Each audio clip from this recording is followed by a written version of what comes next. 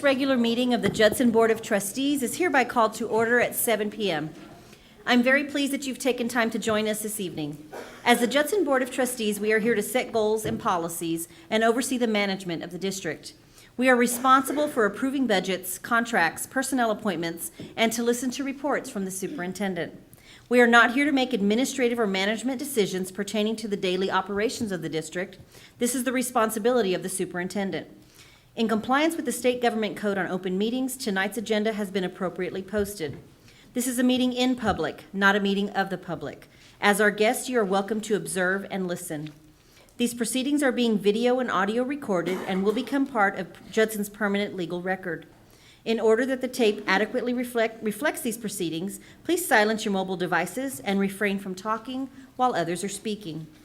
Since it is legally mandated that these proceedings are recorded accurately, I may have to ask for order periodically should I notice that disruptions are interfering with our recording capabilities. Once again, I extend to each of you a sincere welcome from the entire school board. Thank you for your interest in Judson ISD. We have established a quorum, and I will call roll. Mr. LaFoyle. Here, and Merry Christmas to everybody. Ms. Kenoyer. Present. Welcome to all of you. Mr. Macias. Present and welcome. Ms. Bashal. Present and Merry Christmas, everyone. And I'm Melinda Salinas. Thank you for coming tonight. And to my left, we have Dr. Carl Montoya. Present. And if board members will please make sure to do roll call.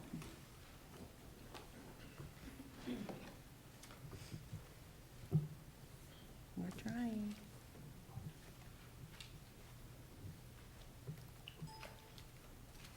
Oh, there we go. And just for the record, Ms. Eaton and Ms. Rodriguez are not present at this moment. Okay, if everyone will please rise, we will have an invocation and pledge of allegiance. If everyone will please bow their heads. Dear Lord, we thank you for the season, for you coming during this Christmas to help everyone. We thank you for all you have done for this district, our students and staff and parents this fall. We ask that that positive, that help, and that caring continue into the spring. And we ask that everyone have a happy and safe holiday season during their vacation. We pray in your name, dear Lord. Amen. Amen.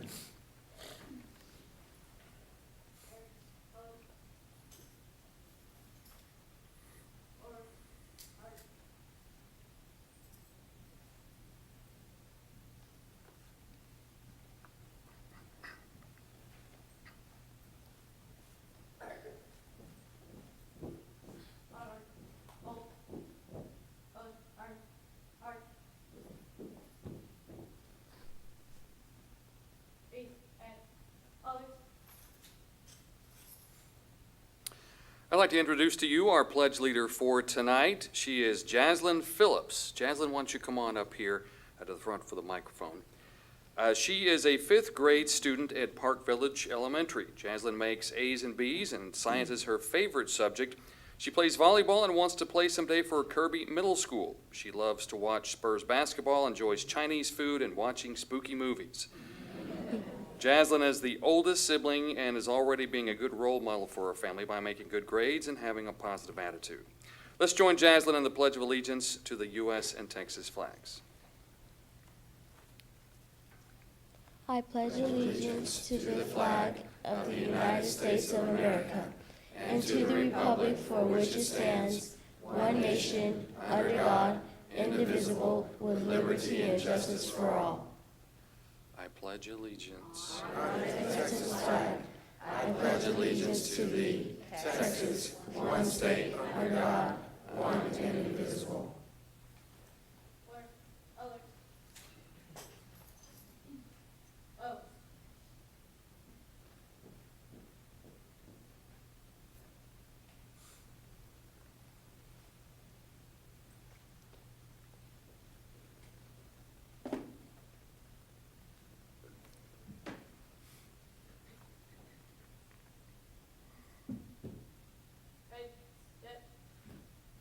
Ready, 2,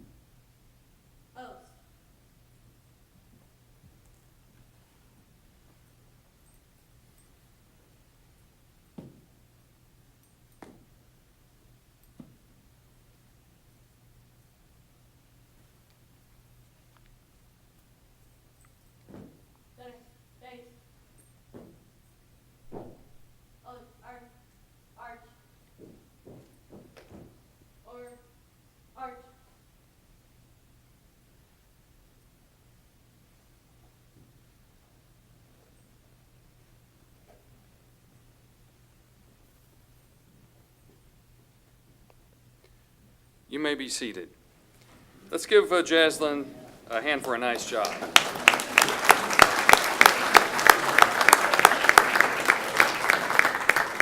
And I believe her parents, Christopher and Dominique, are in the back row there. Can you stand for a moment?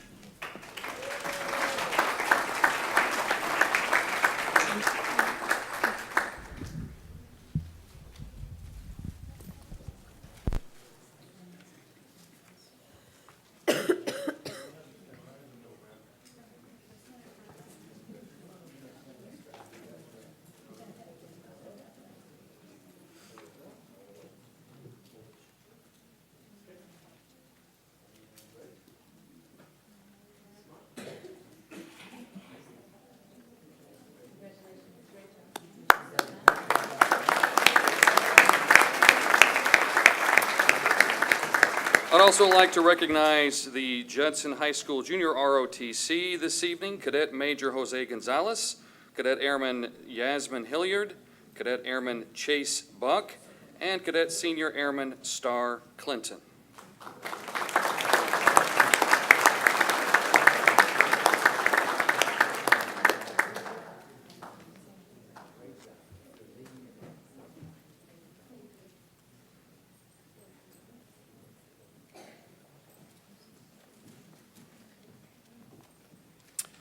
All right, our first board recognition comes from Judson High School.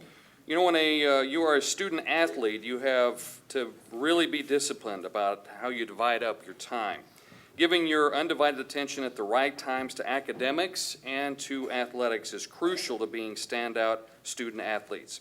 We want to recognize these individuals for demonstrating that balance and for being named Academic All-State Student Athletes. Please congratulate Colton Grunwald, Brody Stepler, and Remy Borrego.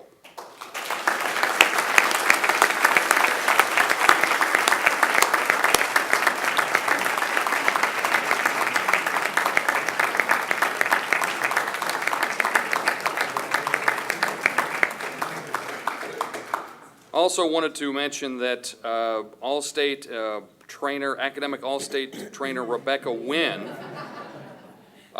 is not able to be with us this evening, but she also achieved that standard as well.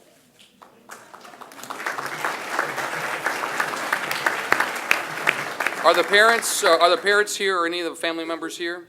Okay.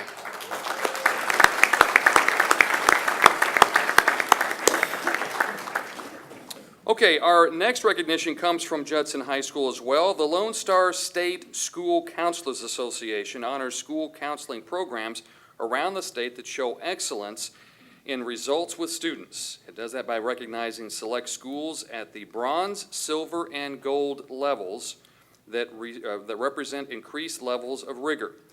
Judson High School's counseling staff has been named a 2017 LSSS-CA Bronze winner. The staff members are Joanne Cruz, who is the lead counselor, Destiny Price, Velma Lopez, Hitomi Wilson, Misty Ornales, Arlene Walden, Christian Angulo, Mike France, Leslie McClellan, Thomas Jimenez, Michelle Tubila, Cynthia Cortez, Tammy Cantu, and Amber Palmer.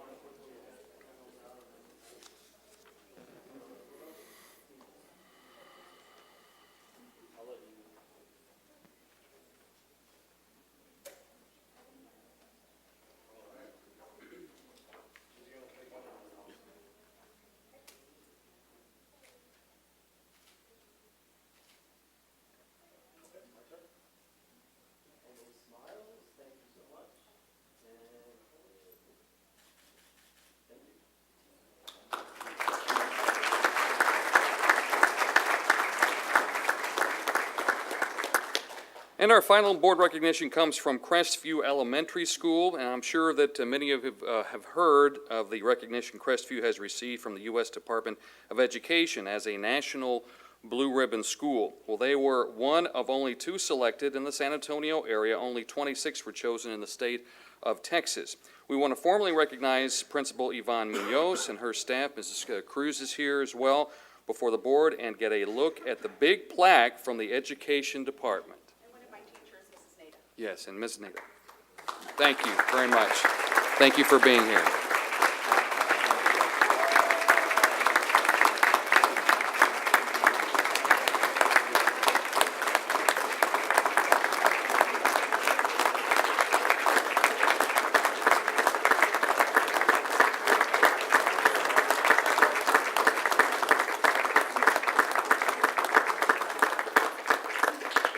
And while they're taking the picture, I'd also like to point out that a good number of other schools chosen for this recognition were either special academies or specific focus schools. Crestview Elementary is a typical school in its structure, but anything but typical in how it instructs and supports students, garnering all possible assessment distinctions last year as a Title I campus.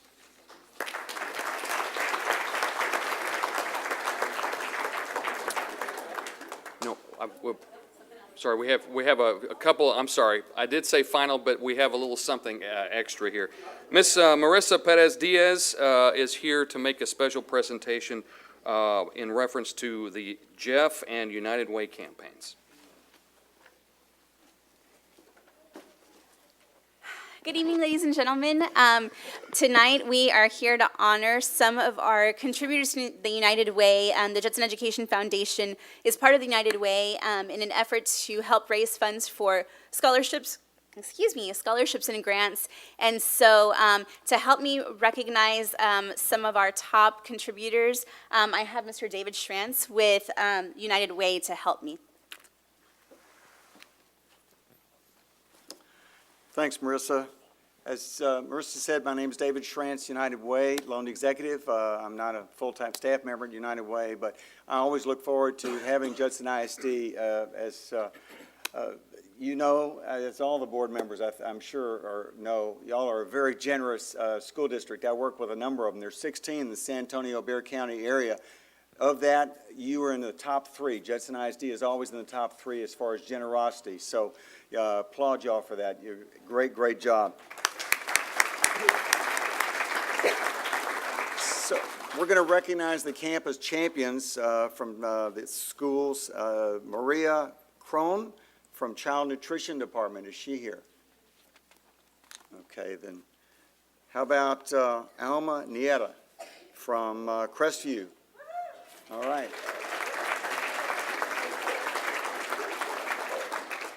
Sonia Gonzalez from Custodial Department.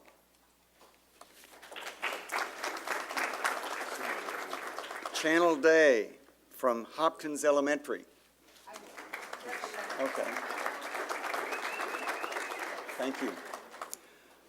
Angelica Guzman Jeffrey from Judson High School.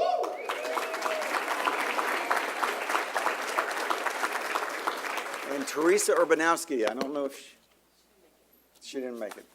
I'll let her, yeah. Melissa Bonney from Judson Middle School.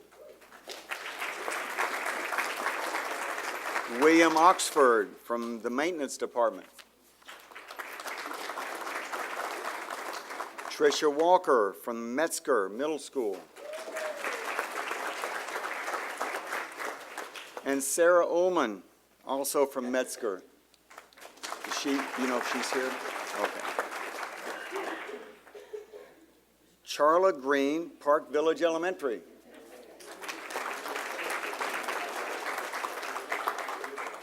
We have a representative, I think. Christine Trevino, Pashal Elementary.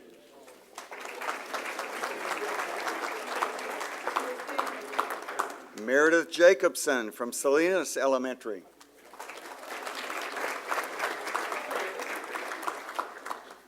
Monica Franco from the Transportation Department.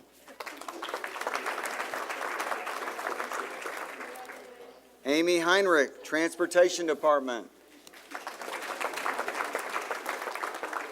Veterans Memorial High School, Michelle Douglas.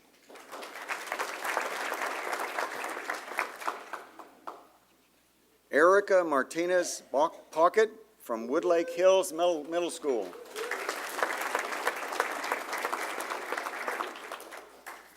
And then Lexi and Marissa, who were such great district champions for the whole district. So they did a great job. Lexi Greathouse and Marissa.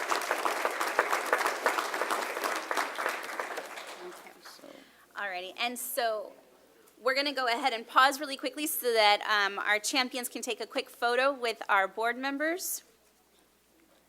And we have a couple of special announcements for United Way. Yours is coming up. Okay, don't worry.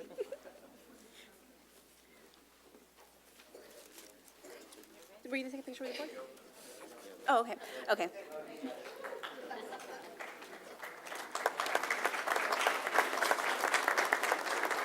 So in addition to helping with the campaign, we had some champions on campuses and in departments that did a phenomenal job. And so we have a special recognition for several of those individuals. And so as I call you up, I'm going to have Mr. Schrantz provide you with your certificate and with your plaque. So for 2017, Judson ISD's highest per capita was the police department. If I can have a representative from the police department. Nope. That's not you.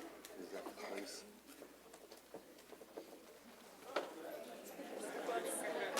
Oh, Hey, all right, thank you. Did you get this to Diana? Thank you. alrighty. Judson ISD highest percentage increase, Kitty Hawk Middle School.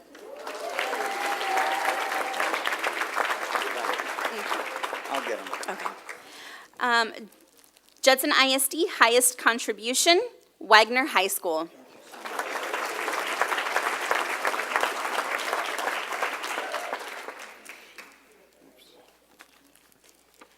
And so now, the following campuses contributed, they had 98% to 100% charitable giving across their campus. Rolling Meadows Elementary, Woodlake Elementary,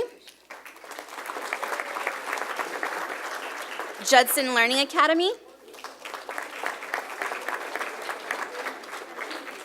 Yes, ma'am, thank you.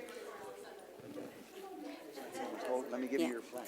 J STEM Academy, Thank you. Merry Christmas. Olympia Elementary, Thank you so much. Converse Elementary, Thank you. Judson Early College Academy,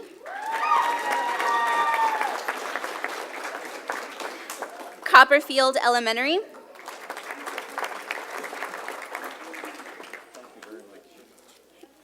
Millers Point Elementary,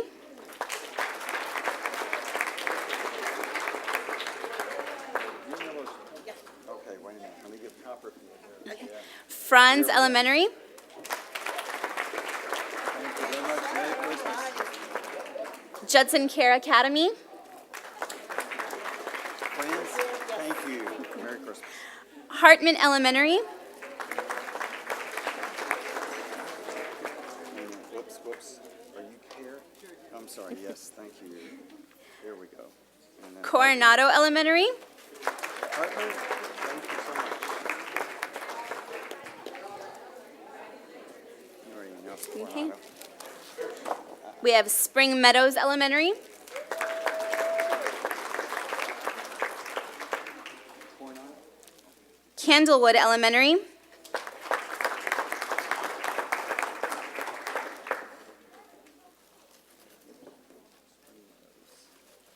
Spring Meadows? Masters Elementary, Candlewood? What is that? Let me get you a pen.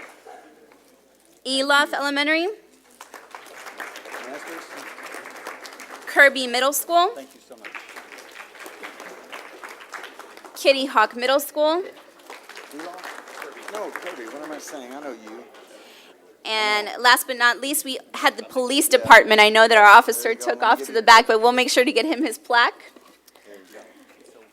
And then the final award goes for highest Jeff contribution, and that goes to the JISD admin, ERC, and athletic departments. It may have gone to, is there somebody else? Oh, they're happy. Thank you and Merry Christmas. Kitty Hawk. Okay. Okay, one more. Kitty Hawk, there's that, and let me give you a slide. Thank you. Okay, Police Department. I'll go ahead and grab it. Okay. All right, and as we take this final photo, I'm going to ask that Dr. Salinas pull a name from this basket, because from our 98 to 100% participation at each campus, we have one campus that will win a $500 grant from the Jeff for your participation. And so, Dr. Salinas.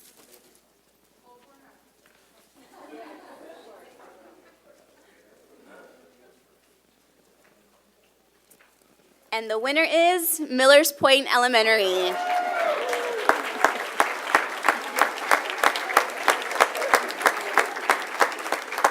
We also had a department competition, and the police department blew everybody out of the water, and so we will be honoring them with a lunch on behalf of the Jeff. What, is there something for Miller's Point, or were they just being recognized? We'll be right, yeah.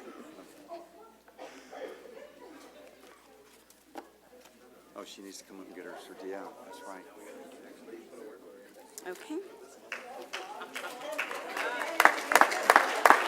We will get with you, we'll get with you with the grant, if you all want to take a picture with the board. Sure. That'd be great. Okay. Sure.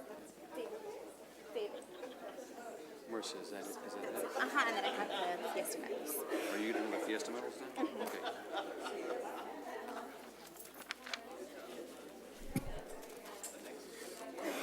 Let me just go over, shake hands with Dr. Matoya, and slide on out. Is that okay? That's perfect. Okay. And you have a Merry Christmas.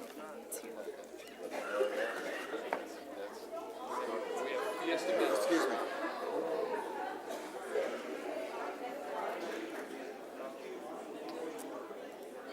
Oh, how do I don't know how to get out of this. I need to get to this one. And so, What do you need to do? I need to get to online. It was already set up. I don't know if it messed up. Oh, there we go. Just pour it. All right, and so before I let the board go back and sit down, really quickly, the Judson Education Foundation also annually has a competition across the district for our Fiesta Medal. And so this year we had quite a few submissions. All of them were very creative. We had wonderful student submissions across the board, and this was the very first time that we opened up the competition to not just high schoolers, but to middle school and elementary as well. So we had submissions from across the board. And so tonight I want to honor our top 3 and then present to you our 2018 Judson ISD Judson Education Foundation Fiesta Medal. So in third place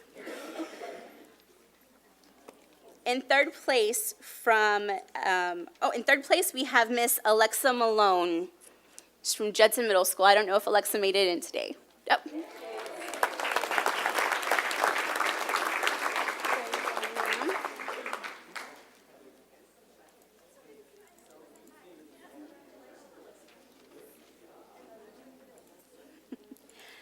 In second place, we have Mr. Felix Velasquez from Judson High School.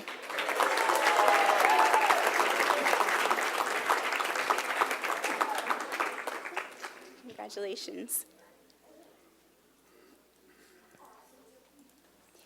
And in first place, from Judson High School, Miss Chloe Bayani. And ladies and gentlemen, this is our 2018 Judson ISD Jeff Fiesta Medal.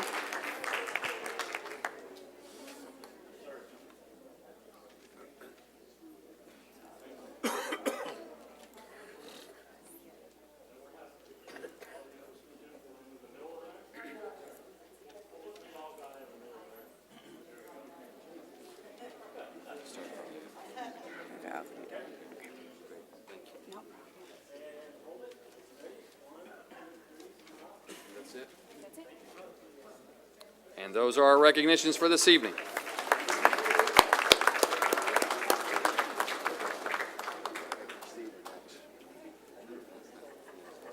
It'll feel good to sit down.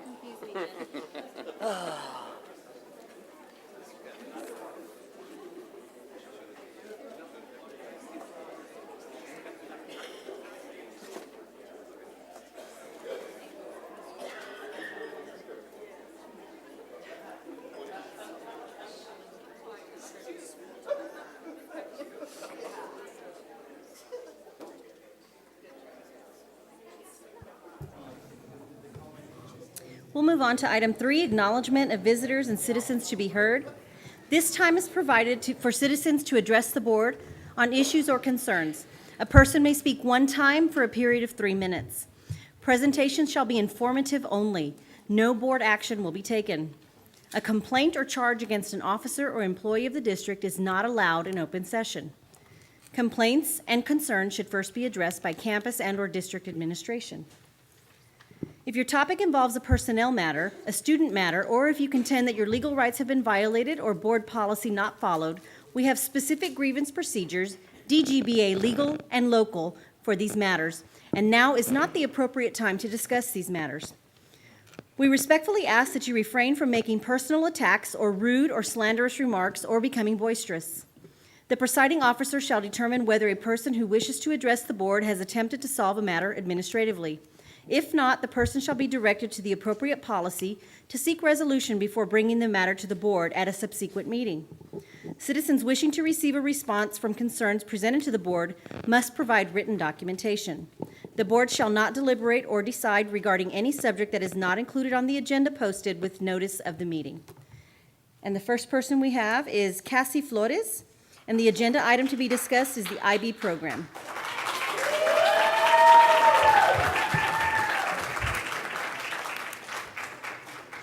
And everyone has 3 minutes. Good evening, and thank you, Dr. Montoya, Dr. Salinas, and the esteemed members of the Board of Trustees. My name is Cassie Flores, and I'm an IB student. I still remember my underclassmen years, in which I had a totally different group of friends than the ones I have now. They were people who didn't exactly think much of school, so they didn't like it, but didn't hate it neither. The first 2 years, I looked at school as some place to be with my friends and joke around in all my classes, rather than a place to find yourself and prepare for your future. Little did I know this would all change. When Mr. Roberts came into my 4th period, he called a bunch of students' names on a list he had. He explained to us that we were able to join the IB program. My mom and dad immediately loved the program after reading what it was. They had lots of meetings with Mr. Roberts while I didn't think much of it.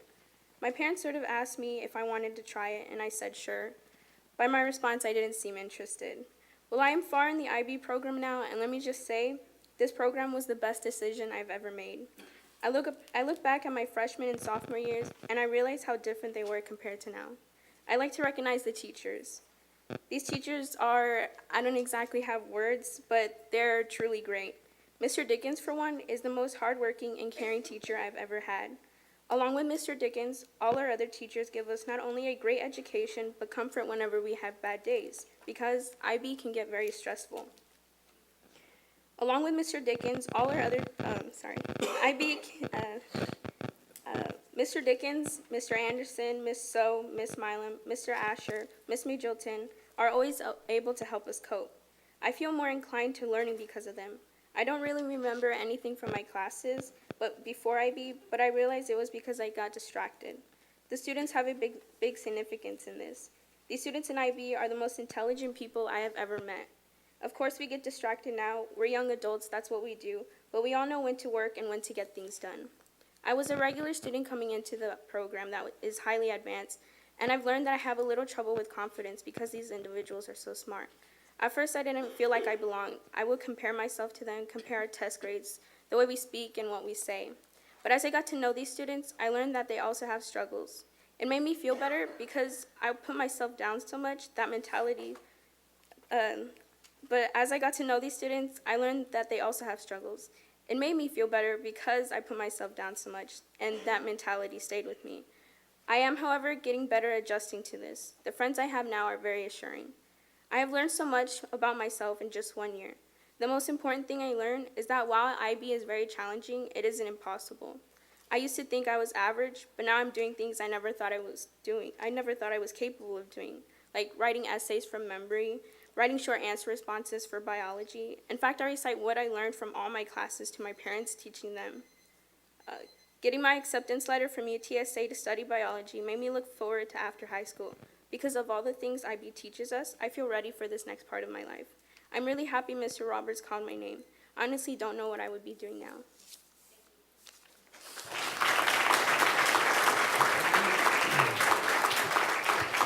Next, we have Mark Patrick, and the agenda item to be discussed is IB program.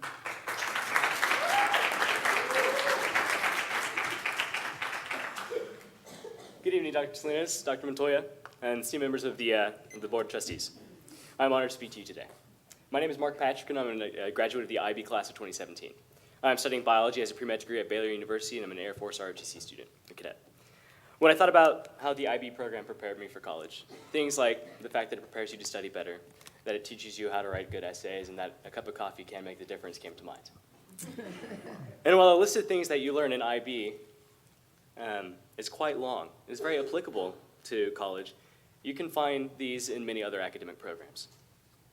The IB program provides the opportunity for Judson students to experience the rigor of upper-level college courses.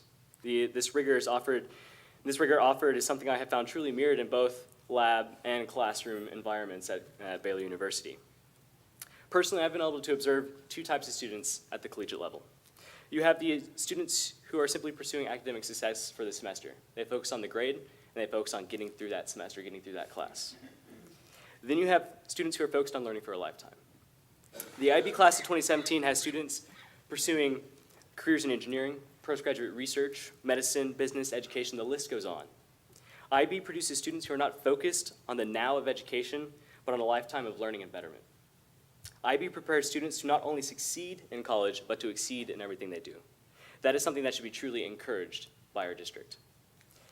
Judson ISD has made so many efforts at Judson High School to provide opportunities for their students to succeed after graduation. We have programs and courses like the CRNA, Automotive Tech, Junior ROTC, dual credit programs that look to ensure bright futures for the Judson ISD students. The IB program is another avenue that Judson has to provide the best opportunities for the students in our district. There is no hiding the fact that IB is a rigorous and challenging curriculum. Students who seek to be a part of this program clearly want the ability to challenge themselves and to develop into the individuals they hope to be. Ladies and gentlemen of the board, I pose to you that this provision by the district of such a challenge and opportunity is irreplaceable. Thank you for your time. Thank you.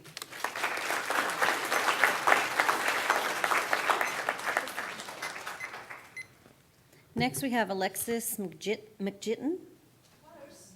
Close? Oh, I'm sorry. Looked like two T's. I apologize. McJilton, keeping the IB program. Good evening, and thank you for the opportunity to speak about my experiences with IB. My name is Alexis McJilton, and I've been teaching IB since 2009. When I started, I didn't have a clue of what I should expect. I want to stress to you how overwhelming that responsibility feels. Teachers like us take our jobs very seriously, and we are hyper aware of what we don't know, what we might be called on to impart to our students who depend on us to get it right. I knew this was a big job when I took it, and I knew I needed training.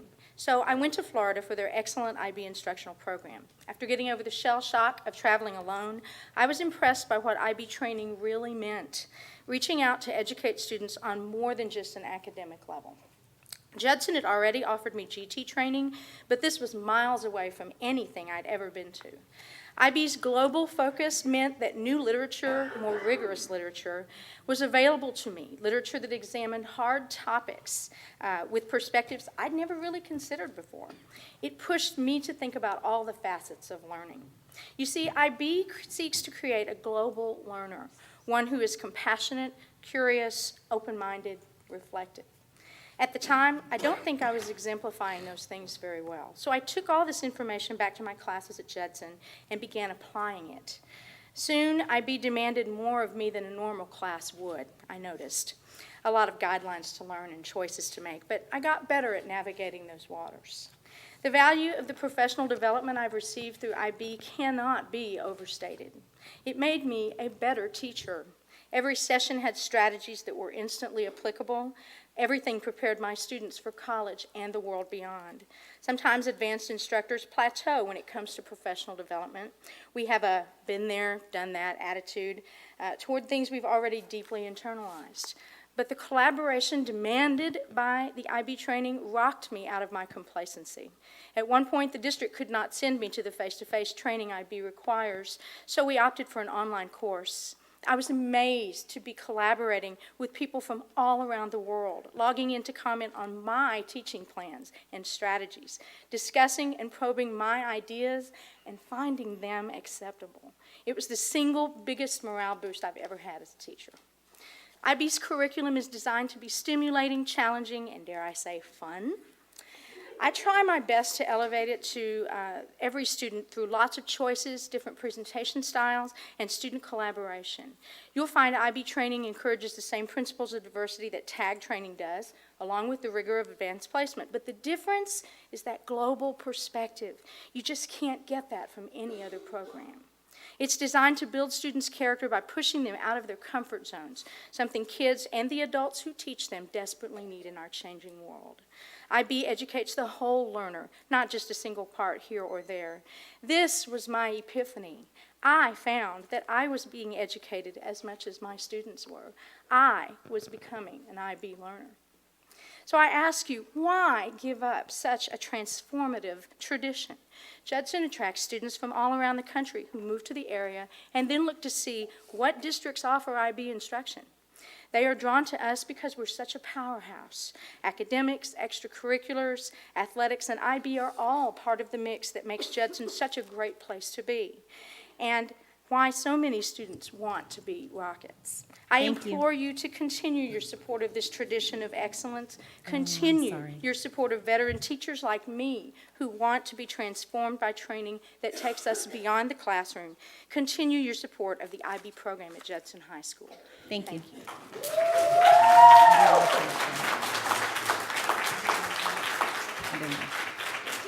Next, we have Juliana Vargas, Maya Filan, Caitlin Padron, and Jareth Quintero. And the agenda item to be discussed is National Hispanic Institute.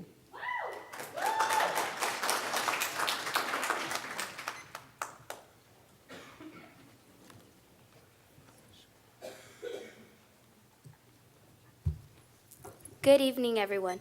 I am Caitlin Padron, and these here are my peers from the class of 2020 representing Judson Early College Academy.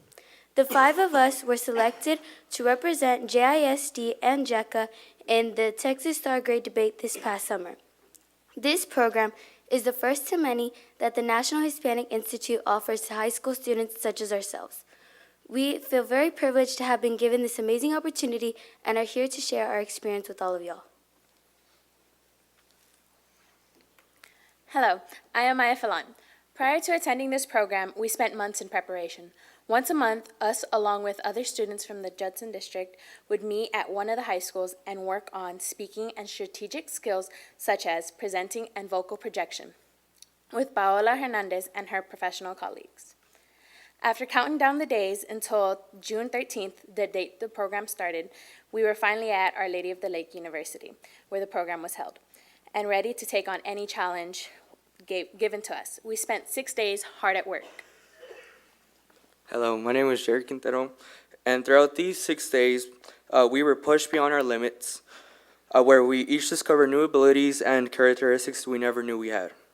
Furthermore, these new skills helped us achieve recognition, such as being personally invited to an event called Celebración, where we once again had to compete. And now here are the awards won from these past events. Juliana Vargas receiving the Estrellita Award from the Great Debate. Caitlin Padron and Juliana once again, and myself receiving second place in the Celebración 2017 award in the Great Debate category. And Jason Perez, who could not make it tonight, receiving first place in cross-examination. Hello, my name is Juliana Vargas. Overall, the Great Debate program offered us a unique experience that has contributed to our success as students and members of our communities. We have all further developed critical thinking skills that have greatly impacted our academic performance. The Great Debate is a program that I truly believe is a great investment, not only to impact young people's lives, but to produce the leaders of tomorrow. Thank you. We would like to thank the district, the Board of Trustees, and Mr. McFalls, our principal, for allowing us the opportunity to participate in these past events. We are now eagerly looking forward to the next phase of NHI, being the Lorenzo de Guevara Legislative Youth session that will be held in July 2018. Thank you all for your time and undivided attention.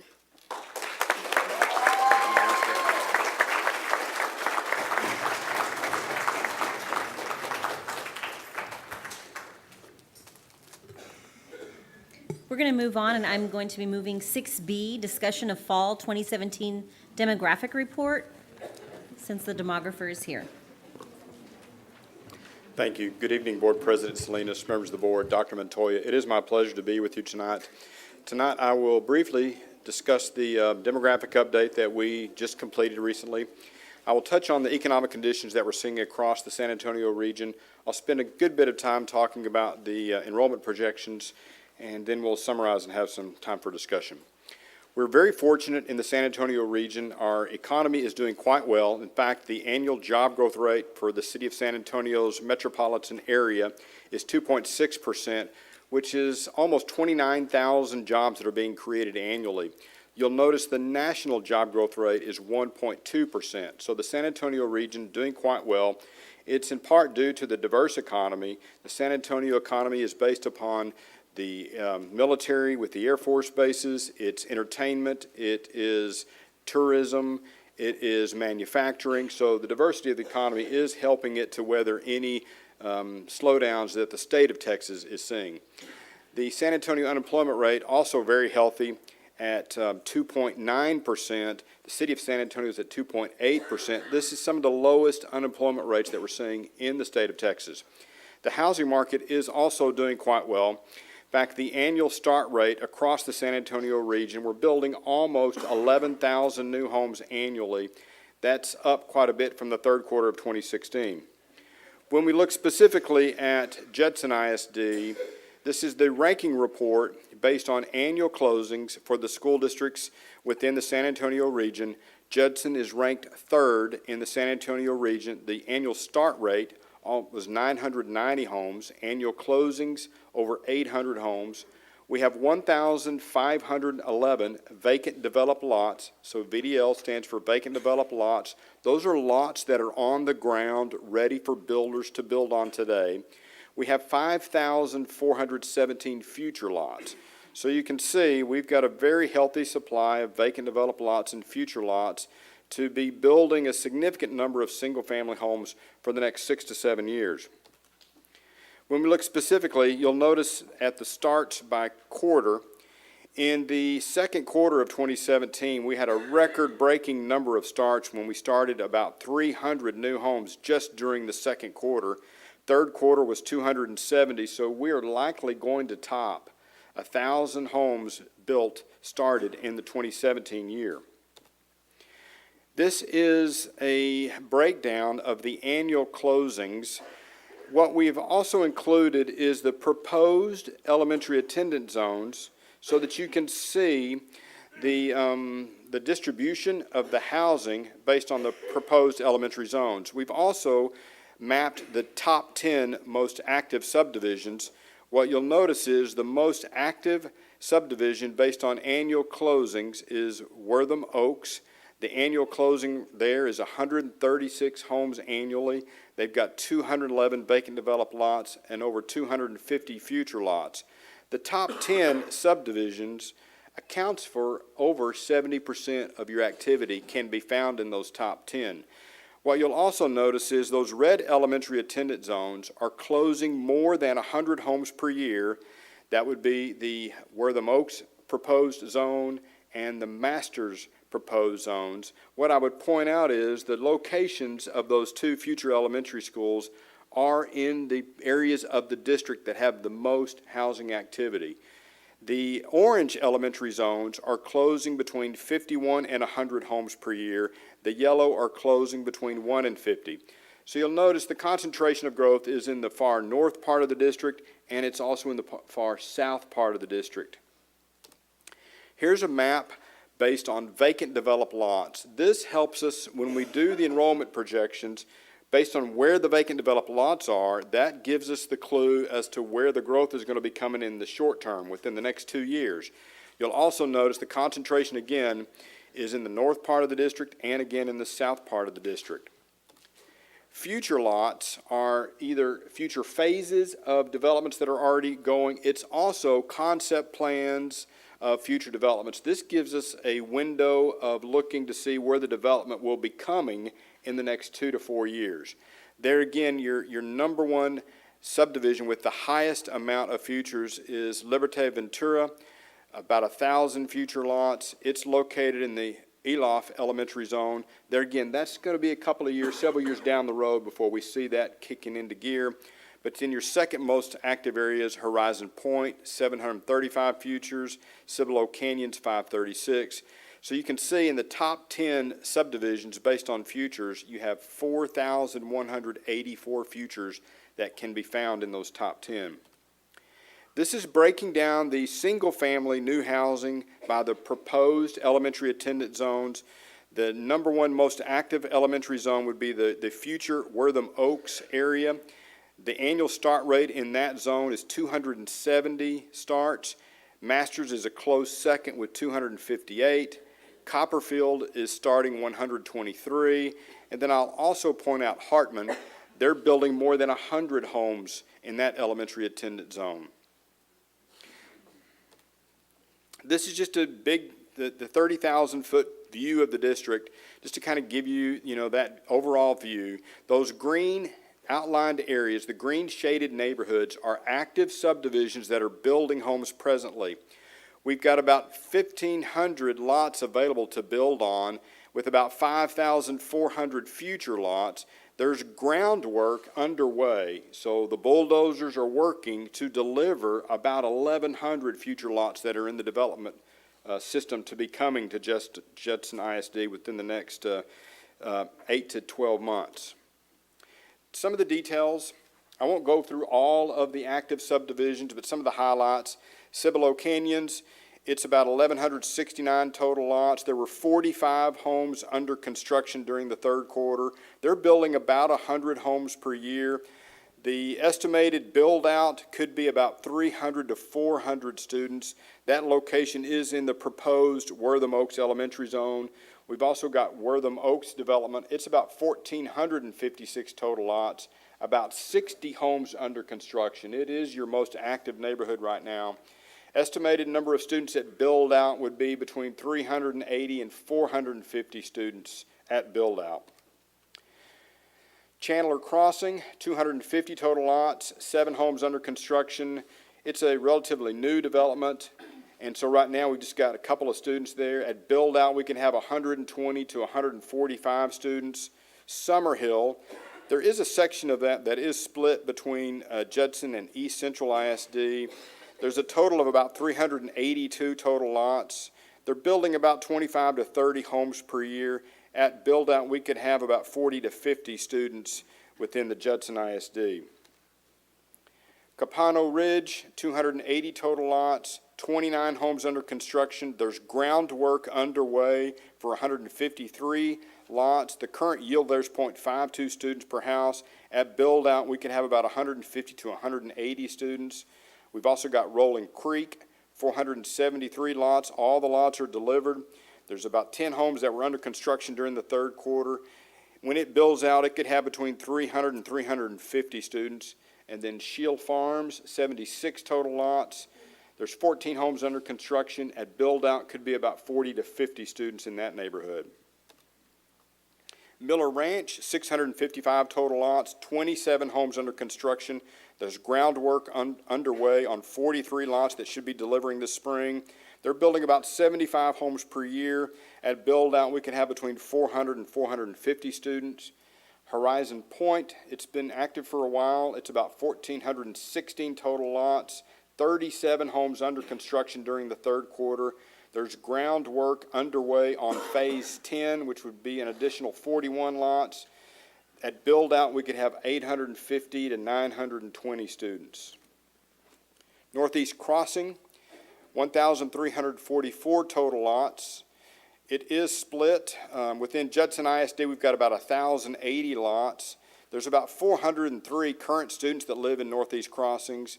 They're building about 65 to 70 homes per year, and it is split between 2 elementary zones, between Park Village Elementary and Hartman Elementary. Now I want to talk about multifamily. Judson ISD currently has about 2,800 students that are currently residing in about 9,650 multifamily units. So the average multifamily yield across the district is 0.31 students per unit. So the large red complex, that complex is yielding greater than 0.75 students per unit. The orange complexes are yielding between 0.5 and 0.75, and then the yellow are yielding between 0.25 and 0.5. So you can kind of see the apartment complexes spread throughout the district. Those orange and red are be the ones that I would categorize as the apartments that have the highest yield, the highest number of students per unit. Also wanted to point out, this is data that we get from the Texas Education Agency related to transfers into the district and transfers out of the district. We have started to see a pattern over the last 4 to 5 years across the state. It's not new to, it's not a specific item related to Judson ISD, but the charter school competition has reared its head within the last 7 to 10 years, and we're seeing the charter school effect spread. And it is a situation that is making it very difficult for me to forecast, because when the Texas Education Agency approves a charter, they announce the county that will fall in, but we may not find out the exact location until the spring.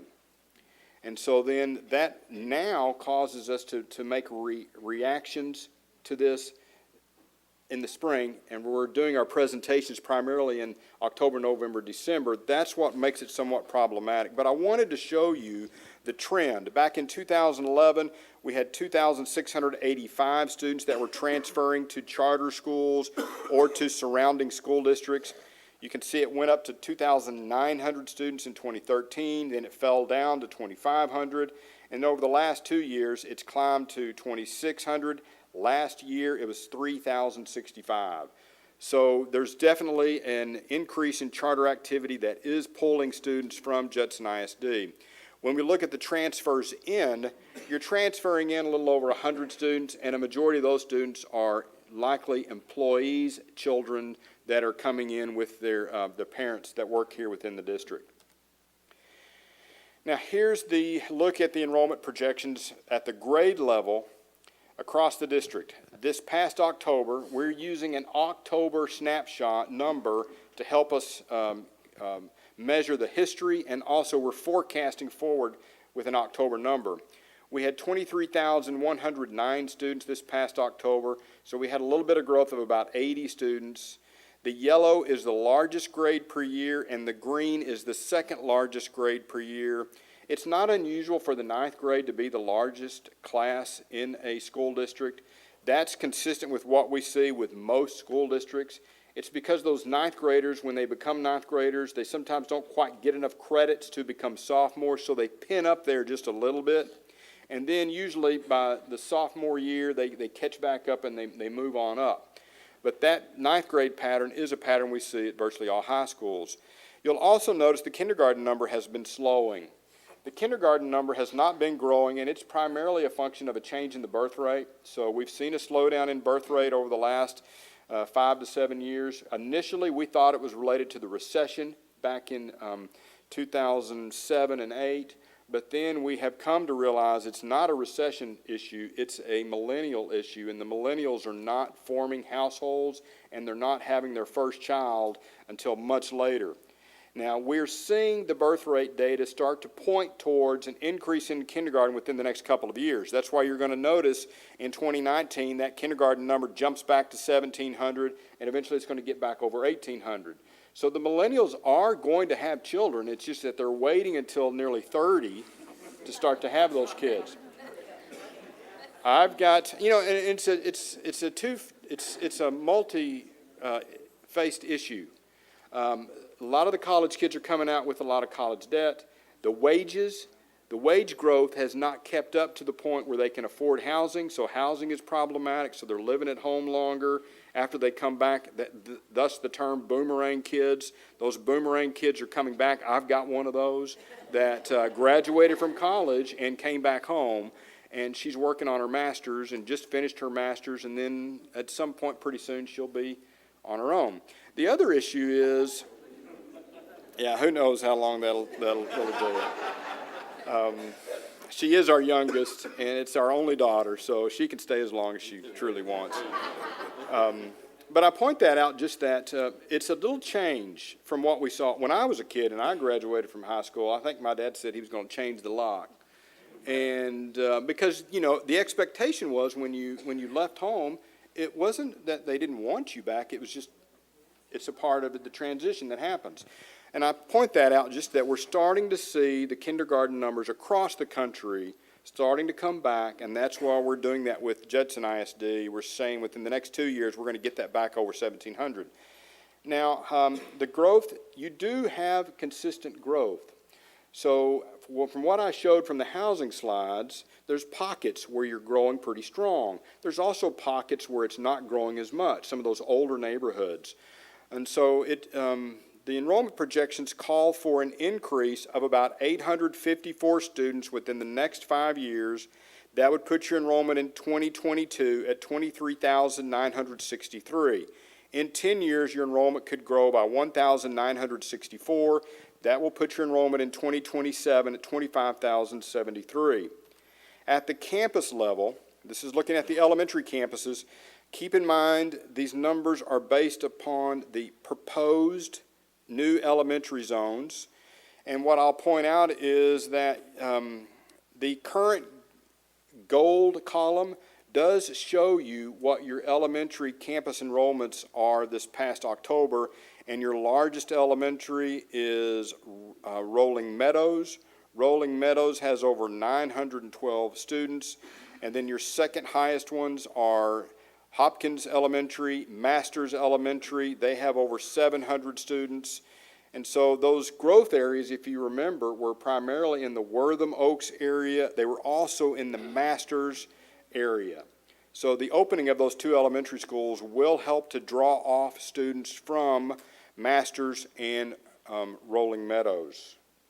The estimated forecast for Wortham Oaks would be next year would be about 234 students, but you'll notice it grows pretty steadily because there's over 2,000 future lots in that northern quadrant. Now, the housing type is a little different. But it is yielding some students, and it will grow over time. It's kind of like the Field of Dreams. When you build an elementary school, it does act as a catalyst for the builders. We see this time and time again. The builders will use that to their advantage, and they'll begin to market that. And so it's kind of a self-fulfilling prophecy that when you build it, they will come. And that will definitely, these numbers in all actuality could be a little higher once that school gets opened and once it starts to act as a magnet to the area. At your secondary level, I'll just point out a couple of things. You've got two middle schools, Kitty Hawk Middle and Judson Middle, that are over 1,000 students. Kitty Hawk Middle could get to about 1,500 students by 2020. And then in that same year, you would have Metzger and Judson Middle that would be over 1,000 students. At your high schools, Judson High School is your largest. Of course, it has the largest capacity. It gets to about 2,700 students in 2 years, and then it kind of tapers off just a little bit. And then Veterans Memorial High School, that's the high school that's going to be growing the largest or growing the fastest. It's going to be growing up to about almost 2,000 students by 2022, and then likely by 2024, it'll top 2,000 students. In that year, 2024, all three of your high schools, all three of your comprehensive high schools would be over 2,000 students. I'll summarize and go back and we can have some time for discussion and questions. The San Antonio economy, very healthy. In fact, the unemployment rate is below 3%. Judson ISD is on pace to start more than 1,000 new homes in 2017. I do see that you'll likely do that for the next several years. You've got enough lots and future lots to keep that going for about 6 to 7 years. The proposed Wortham Oaks Elementary Zone has the highest rates of new home activity, accounting for nearly 30% of the district's annual new home closings. Veterans Memorial High School may enroll more than 1,700 students in the fall of 2019. Judson ISD can expect a 5-year enrollment growth of more than 854 students. That would put your enrollment in 2022 at 23,963. And Judson ISD can expect to enroll about 25,000 students by 2027. I'd be happy to answer any questions.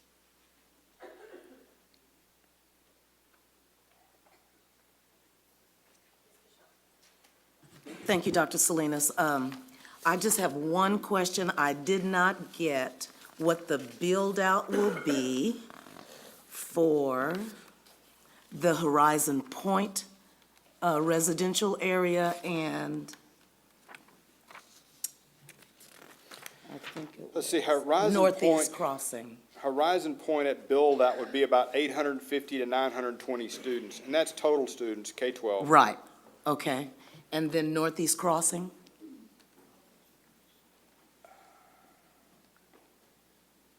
Did I have Northeast Crossing as a slide? You did not? Oh, here it is. Let's see.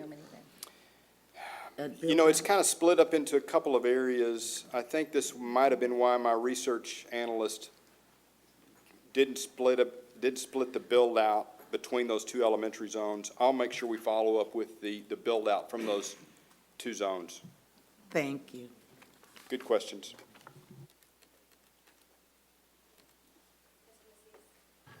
Thank you again for your presentation here.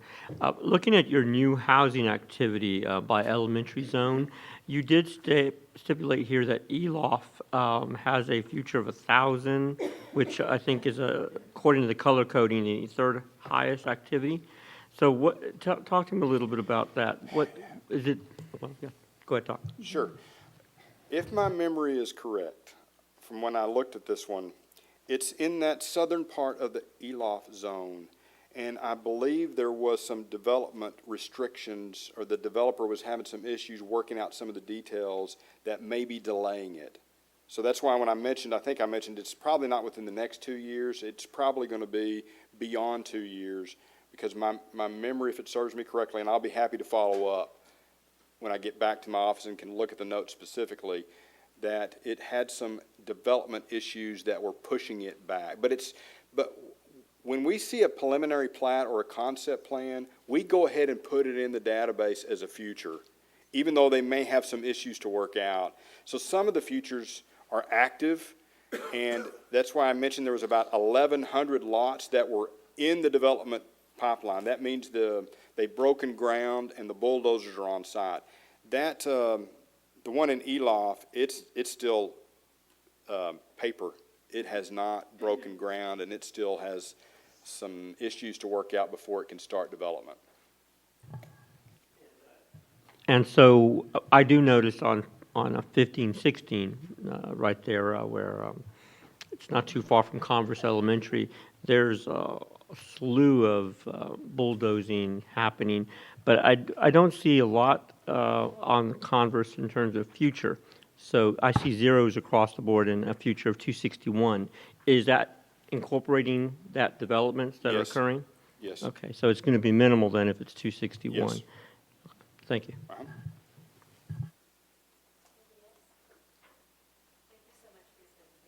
You're welcome, and thank you so much for allowing me to present earlier. Thank you. We'll move on to consideration of consent items. Please let me know if you'd like to pull an item. 4A, consider and take action regarding approving board minutes from the special meeting held on July 10th, minutes from the regular meeting held on November 16th, and minutes from the special meeting held on November 28th, 2017. 4B, consider and take action regarding approving monthly financial information as of November 30th, 2017. 4C, consider and take action regarding approving amendments to the budget for the 2018 fiscal year. 4D, consider and take action regarding approving expenditures equal to or greater than $50,000. 4E, consider and take action regarding approving of budget transfers across functions. 4F, consider and take action regarding approving request for proposal 17-35, general and instructional supplies. 4G, consider and take action regarding approving request for proposal 18-05, print and copy services. 4H, consider and take action regarding approving requests for proposals 18-10, computer networking equipment and software. 4I, consider and take action regarding approving requests for proposals 18-12 for vehicle paint and body repair services. 4J, consider and take action regarding approving the second reading of the following local policies. BBE Local, Board Member Authority. CDA Local, Other Revenues Investments. CKC Local, Safety Programs, Risk Management, Emergency Plans. CNA Local, Transportation Management, Student Transportation. CO Local, Food Services Management. DF Local, Termination of Employment. DH Local, Employee Standards of Conduct. EJ Local, Academic Guidance Program. FEA Local, Attendance, Compulsory Attendance. FFAA Local, Wellness and Health Services, Physical Examinations. FFF Local, Student Welfare, Student Safety. FFI Local, Student Welfare, Freedom from Bullying. GKA Local, Community Relations, Conduct on School Premises. GKC Local, Community Relations, Visitors.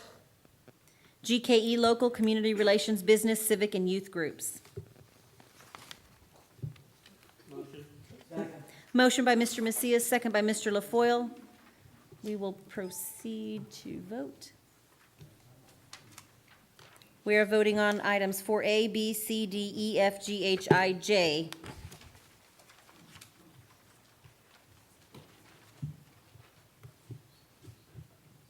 Motions carry 5-0.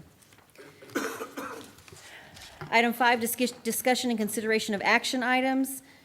Consider and take possible action regarding approving the annual end-of-year report for continuing education credits for school board members. All board members have met or exceeded the number of annual continuing education hours required for local school board members. Do I have a motion? Motion. Second. Motion, Ms. Pashal, second by Ms. Canoyer. Are there any questions, any discussion? If there's no discussion, we'll proceed to vote.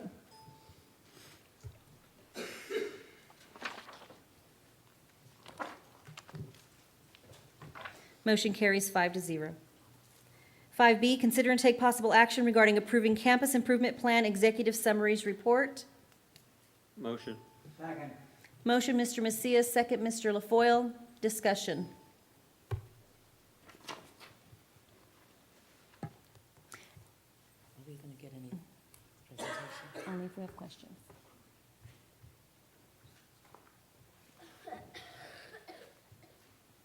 If there's no discussion, we'll proceed to vote.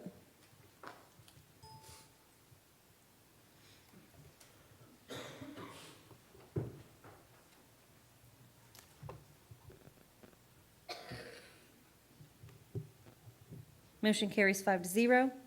5C, consider and take possible action regarding moving the regular board meeting from January 18th to January 25th. Motion, Ms. Canoyer, second, Mr. LaFoille. Dr. Montoya, do you want to?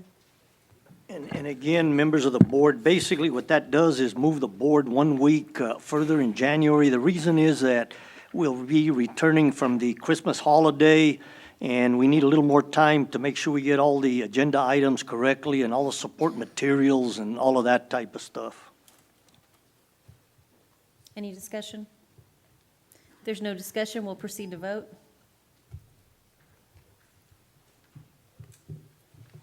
Motion carries 5-0. 5D, consider and take possible action regarding early college high school revised option for 3 comprehensive high schools. Second. Motion, Mr. Macias, second, Ms. Canoyer. Okay? Yeah, Dr. Montoya, Yes, yes. at this time, members of the board, we have a presentation. Again, you have received several times information on this whole process, but this is the most current piece, and Dr. Cantu will present that.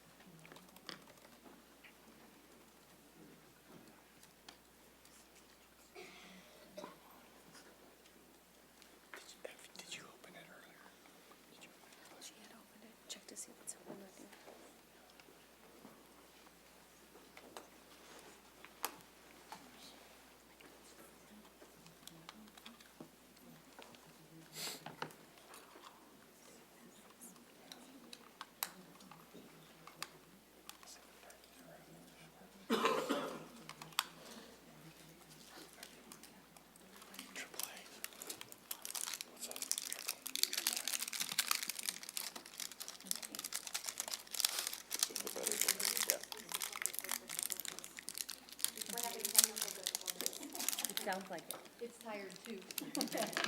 It's ready for break.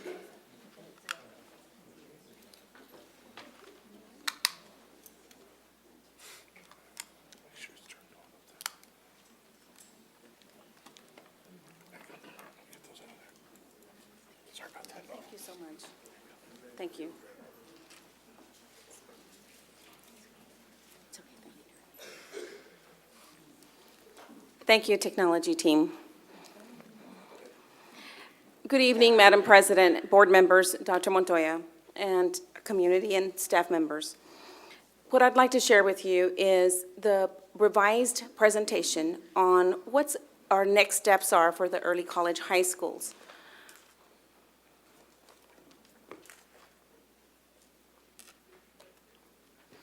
During the previous board meeting, this is just a very quick wrap-up, during the November board meeting, there was an approval for additional time to continue researching and looking at a cost-effective plan for early college high schools, specifically the school within a school model that we have at Judson High School, Wagner High School, and Veterans Memorial High School. And we also, there was an approval to continue JECA as an early college high school standalone campus. However, there was a charge to evaluate transportation and staffing options to operate in the most cost-effective manner. Today, I would like to share with you the revised plan of action and also provide an update as to what is happening with JECA, with transportation and staffing for the 2018-19 school year. As charged, I continued the research and contacted various higher education institutions. This included community colleges and universities.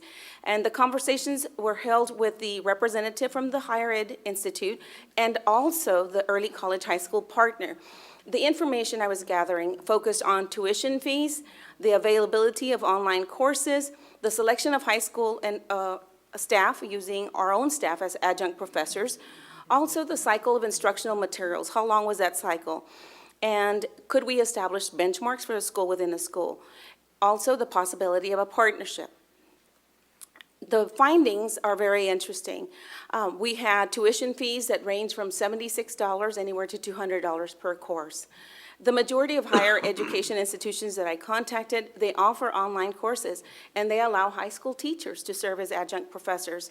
They also secure a 3 to 4 year cycle on the instructional materials, and they are willing to consider Judson ISD as a partner. So the revised recommendation is what I'm referring to, or what administration is referring to as change the structure, but keep the goal. Our goal as a district is to offer our students the opportunity to earn college credit while in high school. So you will see the visual that from the early college high school, a school within a school, looking at focusing on core complete certificate. Some of us know that as finishing your basics, which is 42 hours. And I also included a note about the legislative session, the 84th legislative session, House Bill 505. This bill was adopted and introduced and adopted, and it talks about how our students can take the number of dual credit courses, that we cannot limit those numbers of courses that they take. So with that idea in mind of changing the structure but keeping the goal, this would allow our students the opportunity to earn college credit while in high school. It also means that we will operate in a cost-effective manner because tuition, transportation, and instructional materials, we could look at a different cost. Also, it maintains the opportunity for all students at all 3 comprehensive high schools to earn some college credit, which is also part of our accountability system with the Texas Education Agency. In Texas, the Higher Education Coordinating Board adopted a Texas Core Complete Certificate. This is the certificate that you see in your presentation. And you can see the number of hours that are needed for English and history and so forth. And this is something that is statewide. It is not limited to one institution. So when we look at the addition of 2 higher ed partners, the reason we are looking at this is to allow us the flexibility to identify the most cost-efficient partnership. So we currently have, you will see in this visual, the Alamo colleges. We are using some of our teachers to teach some of the courses. We'd like to introduce the UT On-Ramps. UT On-Ramps is a program that we are currently using with our T-STEM program at Wagner High School. And and then introducing a third partner so that we have the flexibility to offer some online courses and utilize our own teachers. The goal, again, is to afford all students the 42 semester college credit hours. I referenced the House Bill 505 because one of the things that this, in addition to some changes that happened with the courses, it also allowed school districts to enter into an agreement with any higher ed or junior college district, regardless of whether our high school is located in that service area or not. The cost savings at a glance.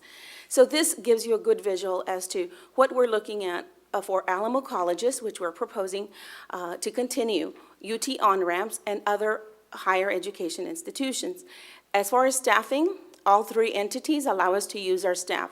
And that's a critical point because there's an impact on the instructional materials. We're able to secure the instructional materials for a 3 to 4 year cycle. So the first year, we would have an expense of anywhere, depending on the book cost, for anywhere between $12,000 to $15,000 per year.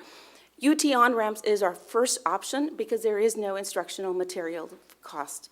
And the other higher institution, again, we would see that cost savings of anywhere between $12,000 to $15,000 per year. So you can see that when we recycle books, there is a savings. UT on-ramps does have training that it offers our teachers, and they travel to Austin for 2 weeks in the summer, and they work side by side with a UT Austin professor to develop the syllabi and make sure that we are covering the high school objectives and the college objectives. The other higher institution that I've listed here is the tuition, which was the most cost efficient, which was $76 per course. So when we look at the projected budget, I bring back the Core Complete certificate, and I've added some courses in red. For example, the English 1301, English 1302. Those classes that are in red are offered by UT on-ramps. The cost would be anywhere between $1,200 to $1,500 to have the teacher trained. It's a summer fee, and then we can offer as many sections as we need and no instructional material costs for our students or our district. So we would begin with a UT on-ramp opportunity for our students. The other courses, we would look at having our teachers certified as adjunct professors. If you recall, in a previous presentation, we talked about how many of our teachers with advanced degrees have them in the core content areas. So this would truly be using our staff to secure and lock our instructional material cycle. So if we look at the staffing, we use our staff. Tuition, Alamo College's district does offer a reimbursement of $600 per the section of 15 students. This is something that we've talked about as a teacher incentive for those teachers that teach those courses. UT on-ramps, there is no tuition, except what I talked about earlier. And then if we use an online other institution, it could range, if we go with the $76, anywhere between $7,600 to $10,000 if it's $100 a course. This is instructional materials, again, $12,000 to $15,000 every 3 years. It's a locked cycle because we're using our staff. Transportation, there would not be any transportation costs, and this would be optional if we choose to take college field trips. It's not a requirement for Core Complete. So the grand total, if you look at the maximum amount, if we continue to pay $100 per kid for 100 students at one campus, or a combination of students taking a total of 100 courses, and instructional materials the first year would be $25,000. Every year thereafter, we would drop the instructional materials fee because we have secured it for 2 to 3 years, and we would just be paying the $10,000 for the tuition. As far as next steps, we've worked, obviously this is a change from the early college designation. So the next steps would be to make sure we work with our campus administrators to schedule parent informational meetings. The important message here is our students still have the opportunity to earn college credit. That would be the message that we would focus on. I've shared a brief conversation with our new director for guidance and counseling to make sure that we have a comprehensive plan of action, including TSI prep sessions, and that's critical because this is an exam that students must pass before they enroll in college courses. Again, the plan is a big focus on those students least likely to attend college to enroll, making sure that they're enrolling in dual credit courses. We would share this feedback with our principals, make sure that if there's any feedback, revise it, and then be ready for implementation during the 18-19 school year. The counselors would also be receiving professional development to make sure that there's an effective rollout of the plan. That is the plan for the school within a school. I'm going to briefly share the JECA updates. There's 3 areas, the first one was making sure that we look at the transportation plan to make sure which is the most cost-effective. And one of the things that we did, we have in your presentation, in your PowerPoint, there was 2 options that were reviewed. One was to include the JECA students in the CTE shuttle buses that are already running in the district. If we do that, we found that the students would arrive to JECA after 8:30, and classes begin at 8 a.m. So could we start classes later? We could, but that means that they would stay later, okay? And so we chose not to go with that option. Option 2 was to create a new shuttle from each comprehensive high school to JECA. So what this would mean is students would run their regular route and then meet at the high school, and then from there take off after 8:30 to JECA. The problem there is that they would arrive to JECA between 9:15 and 9:30. That means the students would have to be extended their instructional day for their last class to be at 4:45. And that was one that we felt that we have students that are working, we have students that would create some concerns for our parents. There's an option that was explored that I did not include here because it came up after the presentation was submitted. And this option was to use the format that we already have in the district. That format would be we know that our CTE students are shuttled. Now, the CTE students, if they're at Wagner, for example, and they're going to take a course at Veterans Memorial, they're expected to get to their home campus, and then the shuttle waits there and takes them to their designated pathway across the district. So if we use that existing structure, that same idea, we still will need the buses. However, we save money on the actual transporting or picking up students at the different stops. So I shared a conversation with our transportation department. So we would not save the money on payroll, which is probably the most expensive, but we would save money on the mileage cost because we're not running all those routes. So the savings would be $24,500. So instead of the $178,000, we could deduct that, and that would be $153,500. That does not include the district reimbursement that we get from the state for providing transportation. So that would be option 3, to use the current structure that we already use with our CTE students. So the recommendation in your packet included that we keep the transportation the same. However, because we were able to identify a third structure that actually saved us a little bit of money, the recommendation is to go with option 3. So we do have the students go to their home campus. The shuttle buses are waiting there. We run them to JECA, and they start class at the same time as they are now. We do have some program changes that are coming, and we understand that there's some challenges there with the demographics and staffing. Excuse me. So one of the things that we're looking at, I know that there's a big concern with making sure that we have the student demographics from Benchmark 1. We have had various conversations with Mr. McFalls, Ms. Barra, and I, and we will continue those conversations to make sure that there's adherence to Benchmark 1. So for the comprehensive high schools, administration is recommending that the opportunity for all students to earn the Texas Core Complete Certificate. We also I'm requesting the approval to begin negotiations with other higher ed institutions, and obviously we want to go with the most cost-effective, to enter into a dual credit agreement. It is only an agreement, it is not a memorandum of understanding. It is a dual credit agreement to make sure that there's an understanding on the fee and the instruction and locking the instructional material cycle. And then we talked about the Alamo College's district reimbursing our teachers to return that to the teachers as an incentive for teaching these college courses. This concludes the option of the schools within a school, and then the update on JECA. And I will be happy to entertain any questions.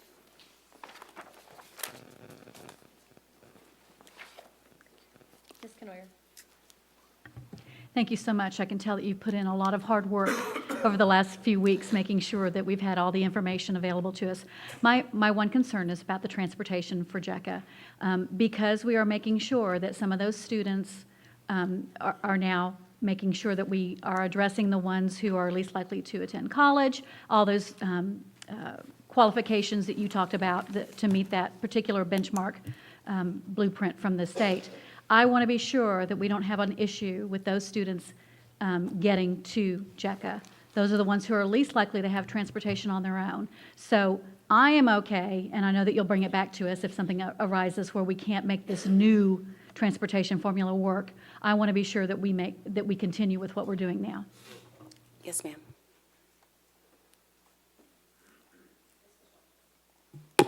Thank you, Dr. Salinas. Dr. Cantu,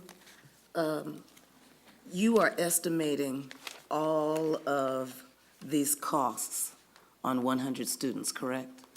Yes, ma'am, or courses, because it's per course. Okay, so let's be realistic then. We're not going to have 100 students that are going to sign up for the 2018-19 school year. So can you give a more accurate type of projection? We're not going to have 100 students. So I know that the cost then will come down. Give me a ballpark. What do you think? Let's start with Veterans Memorial. So at Veterans Memorial, our early college student enrollment right now is, the last number I had seen, I'm going to say it was like 60.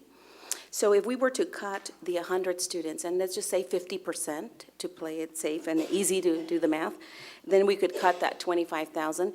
If we are using UT on-ramps, there would be no tuition fee. But let's suppose that we're using either ACD or other institutions. And if the other institution is $76 per kid at 50 students, so when you do the math and you break that 25,000 into half, that would be half of that amount for 50 students. And again, it's for year one, because remember, we're locking the instructional materials for 3 years. For 3 years. And by the way, what other institutions are you entertaining? There are 6 colleges and universities that I looked at. And the community college with the lowest tuition rate, it's Lone Star College out of Houston. And they're currently partnering with 7 early college high schools. And I have spoken to 2 of those partners and the representative from Lone Star Community College. That's it? And where did you say? Houston It's out of area. Houston? Okay, and I think that was all of my questions. Thank you, Dr. Cantu. You're welcome, ma'am. I just want to verify, so if I choose not to be in the core complete, I can still take dual credit classes with unlimited number? Absolutely, ma'am. Okay, so it's not any different. And I do like what Ms. Canoyer said about the transportation. However, I think some of our current CTE classes that are, where we transport is cosmetology. Is that correct? Yes, ma'am. And some of those students might be first-time college or not college at all, so, and it's been working for them? Yes, ma'am. Okay. We haven't had any issues with any of the CTE programs and the shuttling of the buses or? Not that I'm aware, but I can Okay. defer to Dr. Fields. No, ma'am, we haven't had any issues, but now we're talking about over 250 students being at the campuses, the high school campuses, Sure. awaiting transportation. So we're really going to have to get with the high school principals to see what type of supervision that they can have for that many students on campus that early. So an assistant principal may have to come in early. We'll just have to check with the collaboration. Right. Or have an area where they meet, Exactly. and that's where the shuttle's picking you up and? yeah. Exactly, That's it. exactly. Okay. Yes, ma'am. All right, thank you.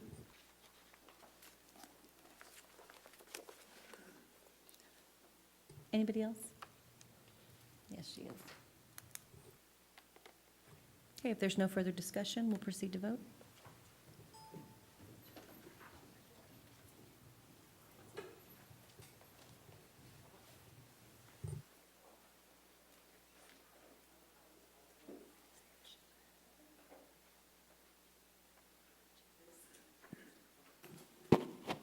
this is not early college, correct? Correct.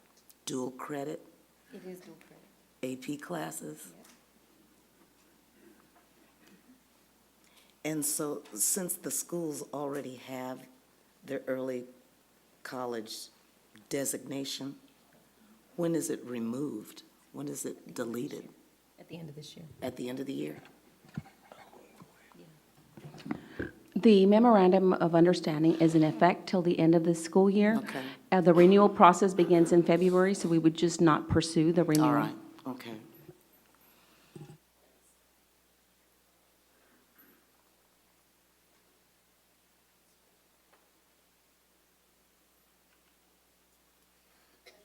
Motion carries 5-0. Thank you, Dr. Cantu. 5E has been pulled by administration. 5F, consider and take possible action regarding approving the following reclassification staffing requests from Construction Project Manager, AP 504, to Assistant Director of Facilities Planning, AP 506. Do I have a motion? Motion. Second. Motion, Mr. LaFoille, second, Ms. Paschal. Any discussion, or Dr. Montoya, would you like to say anything about that item? Again, just very briefly, one of our problems is that we've been hiring people and nearby districts find out their experience and background and tell them, you know, we'll pay you more if you come our way, and we've lost some people.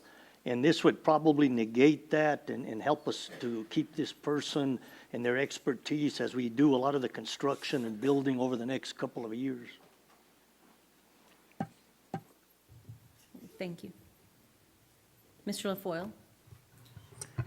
Is there any cost on this? Yes, there is. Mr. Garcia, if you want to share that. It's actually on page 196 of your packet. Sorry, I don't have it right now. Let's see. It's $12,188 with How much? salary and benefits. How much? $12,188.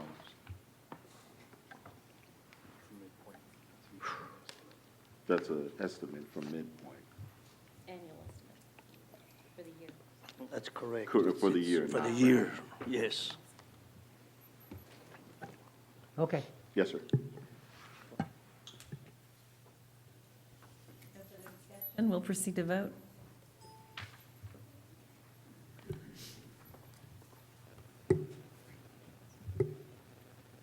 Motion carries 4-1. 5G, consider and take possible action regarding approving the new staffing request for elementary principal at Escondido North Elementary School and Wortham Oaks Elementary School for the 18-19 school year, effective January 25th, 2018. Motion, Mr. Macias, second, Ms. Canoyer. Discussion. Dr. Montoya? Again, one of the historical things about a district, including Judson, is that over the years, as new facilities are open, it becomes important that we hire an experienced principal to prepare the new schools with meeting with parents and staff and ordering instructional materials and working with the bond people on the design of some of the rooms and furniture orders. And I mean, there's a lot of pieces, and this would allow us to identify, come to you, we hope, in January after the holiday season with some specific names, telling you who would be those people to help us as we open these two new facilities. Thank you. Any discussion? Okay, we'll proceed to vote.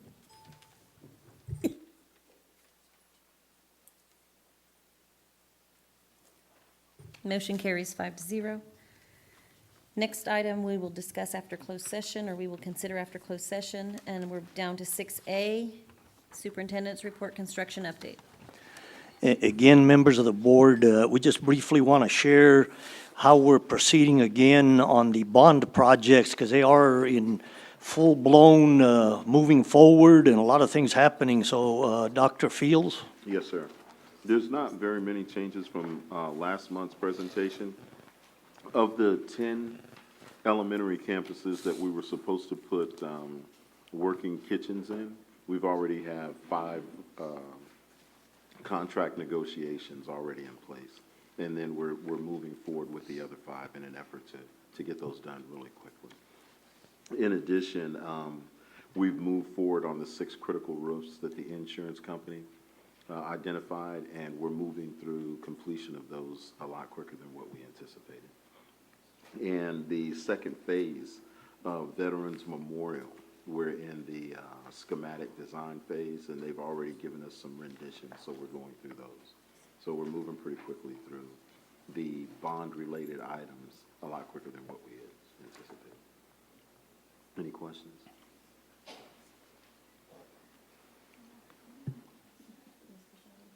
Ms. Michelle?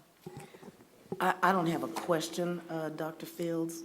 Yes, ma'am. Well, I guess I do. Yes, I do. Tell me the status on your plan for inspections of our schools. You know, before we present bonds to the community, normally you have your inspectors go around and look and see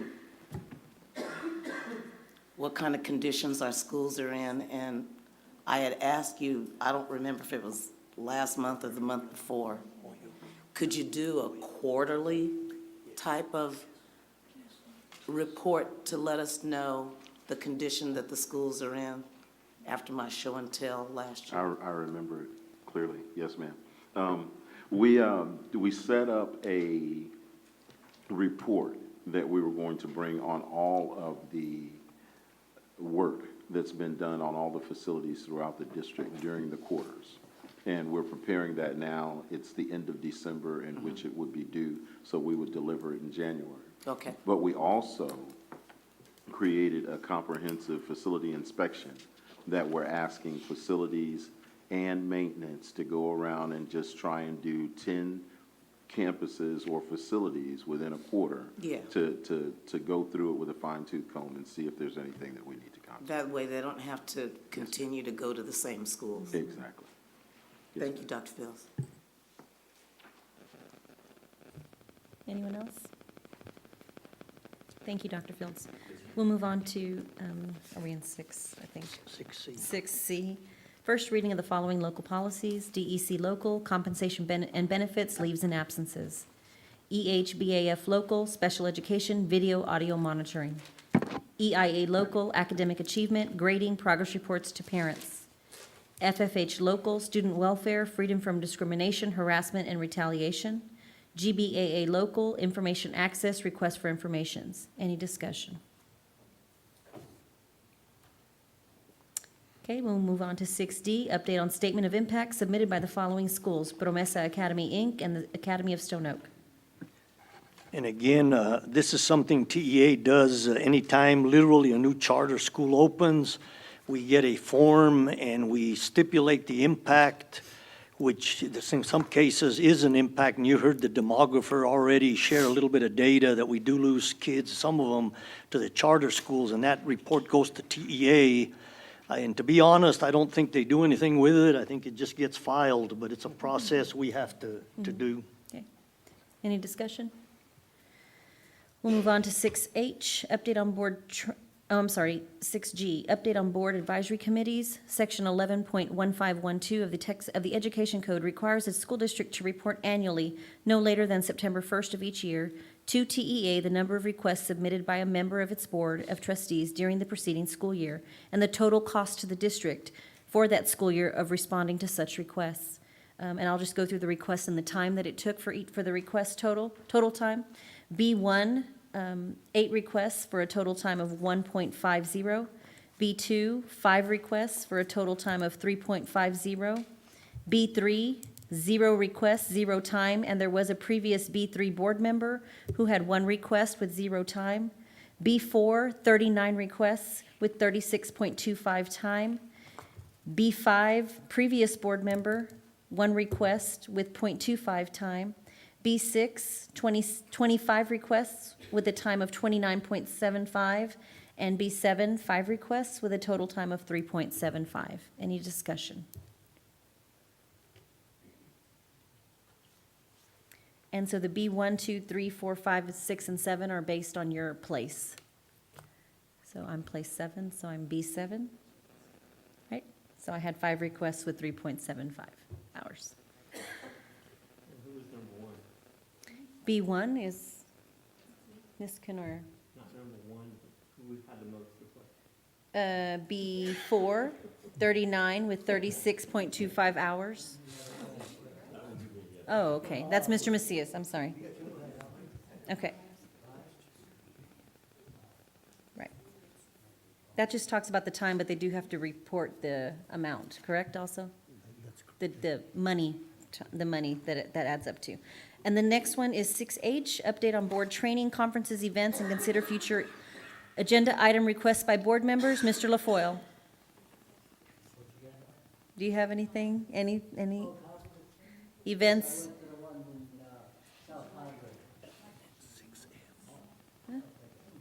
Mike, is this any better? Oh, I'm sorry. The other I'll way go was back. louder, wasn't it? Thank you. I went to one in South Padre. It was great. I'll go back. I learned some things about bullying, and I think I'll talk to some of these people later and see if we can put some of it into use. Thank you. Thank you, sorry, and I did skip F and G. I'll go back to those. Ms. Kenoyer. Nothing. I am planning to attend the National School Board Conference that's here in San Antonio later this year. Excellent, thank you. Mr. Macias? Yes, for the time being, putting a follow-up on our internal audit for the next agenda. Oh, the HR? The HR one. We should have something, I think, by January. He was supposed to send us something, so. So, if it's on the agenda, we can talk about it. Okay, perfect. Ms. Bishal? Are we talking about future agenda items? Or any training or conferences or events? I skipped. I'm gonna go back. I didn't go to anything, but I'm planning to join you in Galveston. Yay! And for future agenda, let's see, I wrote something down. Dr. Montoya, I'd like to know if Dr. Fields can give a synopsis on the discussions that he had with the principals on how the Senate Bill 725 on school lunches, the food that, if he would bring to the board what they decided that they were going to do with our lunches. Dr. Fields, I think you'd Leftover already food. begun that discussion, but it'll be a report to the board and update. Yes, sir. And then in January, can we also get a presentation of the EEO report? Yes, we can go ahead and do that. I think, Mr. Garcia, we talked about that to be ready in January to present that. Yes, we can. do Okay, that. thank you, that's all. Yes, sir. Keep telling me to Mike. I'd like to revisit JECA for discussion and action. I have a bunch of things that I'd like to bring up. Okay. That can be put on the agenda. Yeah, that's for Yeah, the it can agenda. be, That's it can what be he's saying. put for, further discussion, whatever you have, yeah.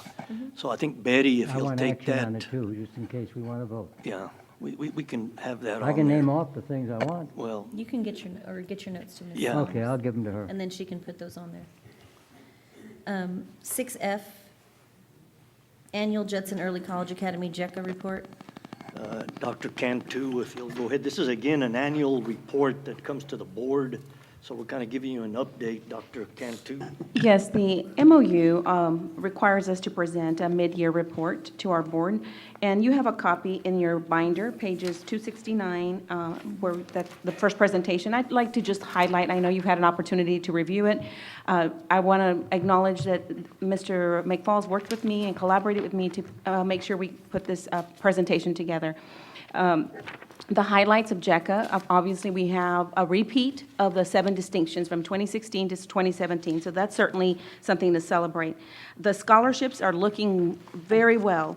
As of to date, we have $11 million, and we still have half a year to go, so for this school year, so that it's looking really good. In your binders, I'm not going to go through each year, but you have the SAT reading and writing data and the math data, and you can see that JECA is outperforming the Texas and the national rates that we have there. You also have on page 275, the graduation information, the graduation rates, and you can see that during the 2017, we had 94 high school graduates, and we had the number of students also with earning an associate's degree. So great information, very positive. The partnership continues to work because we have a very strong relationship with Alamo College's district, and we are moving forward, making sure that the standalone campus continues with wall-to-wall. We've talked a lot about the demographics, and that's something we will be looking at. But overall, the report is there, and it's a very positive report. Any discussion? Okay, 6G, update on board advisory committees. Does anyone have any updates?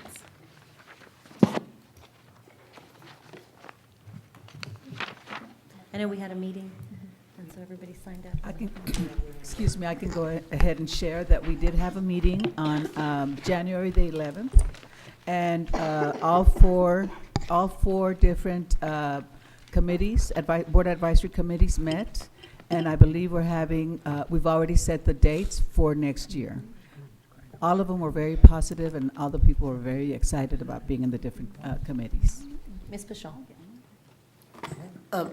Ms. Barra, just for the sake of the community and those that are only watching, would you please say what the committees are? Oh, yes, ma'am. One of the first committees, we have the Long Range Planning Committee, and that committee pretty much anticipates our growth for the district. We have the Budget Committee that is looking at our finances and recommendations that we want to make.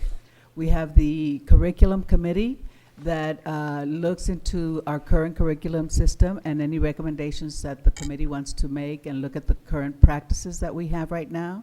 And then the Bond and Facilities Committee is also looks at the bond and our building and facilities.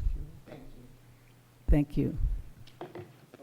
Yes, sir. I have a question on JECA. I just happened to notice it. It came up. I noticed in the class of 2017, 94 high school graduates, but only 76 associate degrees awarded. How's that?